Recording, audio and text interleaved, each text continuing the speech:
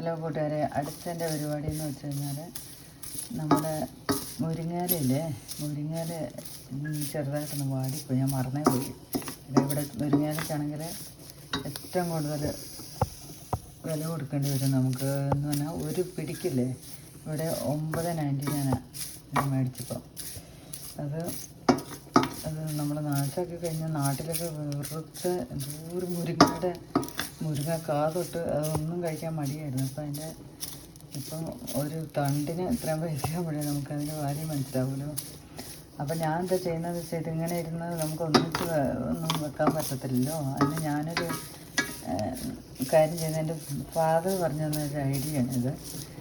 ഒരു കാര്യം ചെയ്യുക, ഇവിടെ വന്നപ്പോൾ പുള്ളി പറഞ്ഞു തന്നൊരു ഐഡിയ മീൻസ് മുരിങ്ങയില എങ്ങനെ നിങ്ങൾക്ക് കിട്ടാൻ ബുദ്ധിമുട്ടാണെങ്കിൽ അത് നന്നായിട്ട് വറുത്തിട്ട്, ഇവിടെ ഒന്നും വെയിലില്ലല്ലോ, വെയിൽ വരുന്നവരെ ഒന്നും ഉണക്കാനൊന്നും നേരവുമില്ല തിരക്ക് പിടിച്ച ജീവിതത്തിൽ. അപ്പം ഇതിങ്ങനെ നന്നായിട്ട്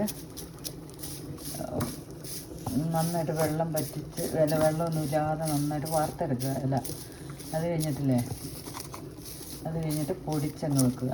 കഴിഞ്ഞ പ്രാവശ്യം ഞാൻ കുറച്ച് പൊടിച്ച് വെച്ചാൽ ബാക്കി ഇരിപ്പുണ്ട്. അപ്പോൾ നമ്മൾ ഏത് ചോറിലൊക്കെ ഇപ്പം ചോറ് കഴിക്കുമെന്ന് വെച്ചോ, ചോറിൻ്റെ സൈഡിലിട്ടിട്ട് ഇച്ചിരി നെയ്യും കൂടെ ഒഴിച്ച് കഴിച്ചാൽ അടിപൊളി ടേസ്റ്റാണ്.